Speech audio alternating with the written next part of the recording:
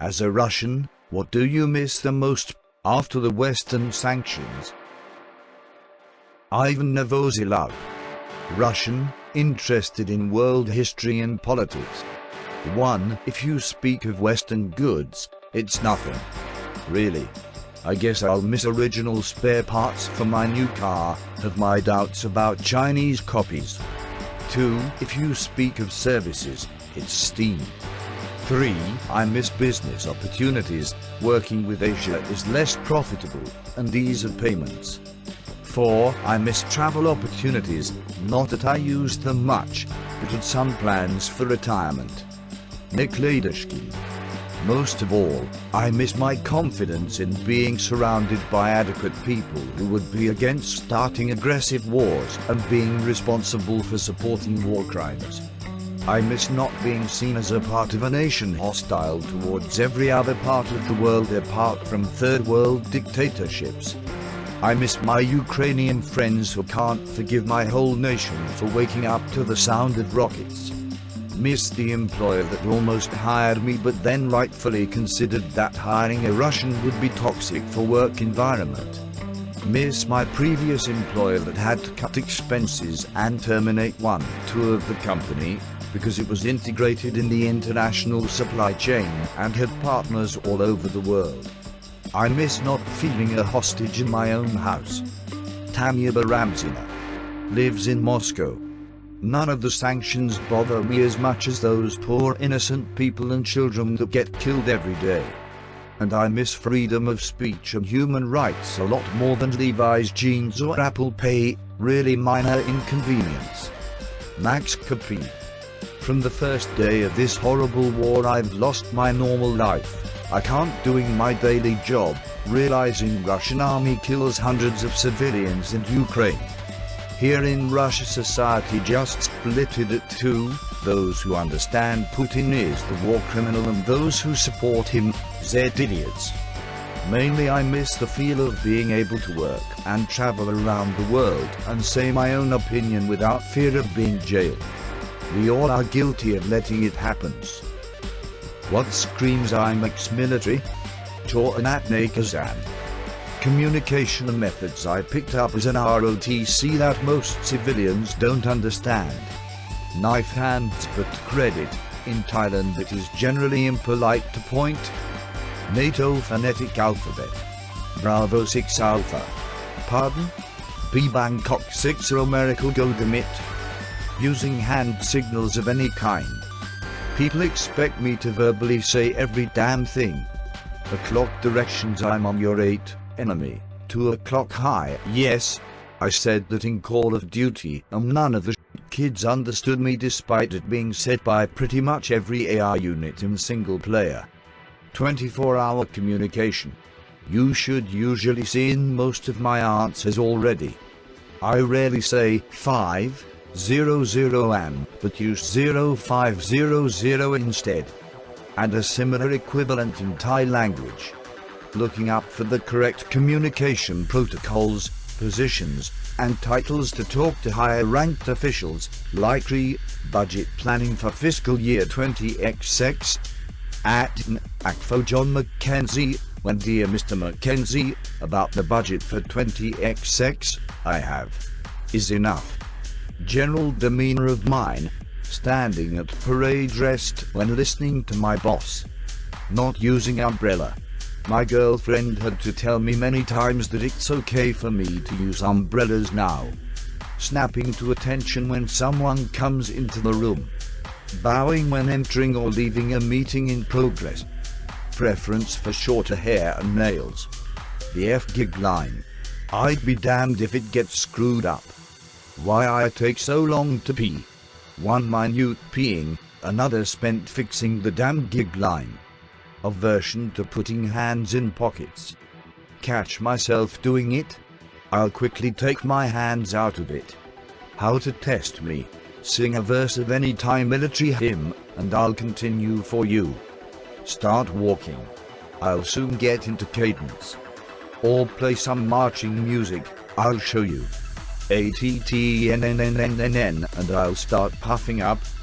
Boris Sanochin. Former Lieutenant Colonel. In Russia it would be sporty or commandersky watches on person above young age. No person outside military wears the Soviet submariners, and no person above 40 but former military wears Casio G-Shocks. Accurate short haircut. A short haircut with fake peroxide blonde in women is a dead giveaway. Carries things in left hand. A person with a shirt tucked into shorts with a buckle belt in summer. A confident stature and the way person talks. Running shoes or jump boots not fitting to the rest of outfit. A fit woman above 40 with any of the above features. Do military salute passing any suspected former military person. If you got in a like automatic response followed by a good laugh, you got it. Bob McCaracha. Former sapper. Using 24-hour time. Maintaining a short haircut. Using the knife hand to indicate direction.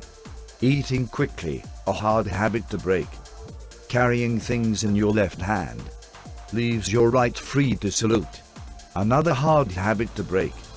Maintaining a military bearing, not slouching or fidgeting. Anthony D'Agostino. Former SPC. 19 Delta, Cavalry Scout at US Army. The person, unit, tattoos and mottos is a dead giveaway. Many will retain the high and tight marine haircut, or similarly style for the ease of hygiene. The way they remove headgear when entering a structure as well. Then the subtle gestures, courtesy toward others, sir and ma'am. Ending conversations with military vernacular, like Roger that, or Pop Smoker's goodbye. Some things we just can't get out of our heads.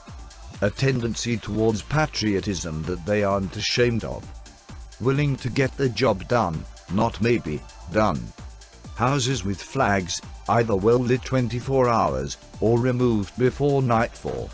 Obviously decals on their transportation, specialized license plates for veterans, Purple Heart awardees and plates from tax-free states like Florida, even though they don't live there.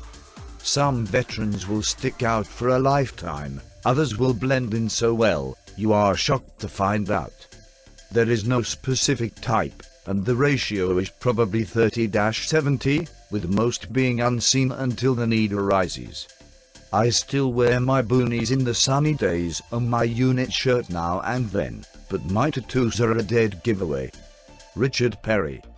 English, British, European, proud of all three. Eating fast, really fast. Good kit, well looked after, not necessarily the most expensive, but always purchased with thought to its durability. And kit is always kept clean. A colleague who is ex-British Army pint instructor will always sluice his bike chain and gears down with clean water at the end of a day's mountain biking, even if it's dark, we're camping and it's pissing down with Welsh rain. He'll also rinse his socks and footwear and any clothes worn next to the skin. Being generally pedantically organized. Desk clean. Precisely laid out. Same things in the same place every day. Objects returned to their rightful place immediately after use. Same goes for anything packed into a bag, be it suitcase, rucksack or carrier bag. Optimal use of space. Blackest of black senses of humor. Instantly recognizes and bonds with other ex-military. Talks about experiences in training, not in combat. Will always have a go, however difficult something is. Clean, polished shoes. No. Scratch that. Immaculate footwear. Walks faster than me. And I walk fast. Loyal as hell. Will give civilians a chance to prove they aren't wankers. But only one. Jason Tassine. Former infantryman. Some guys wear all the clothes and shit that pounds it into your eyes. They're war vets. That's their identity. They wear the hats that you can buy at the bar, or they have the shirts you can buy online that have the flag on the sleeves and the place the flag was positioned on our combat uniforms. Some guys just can't let go and it's all of who they are. If you enjoyed, please like and subscribe.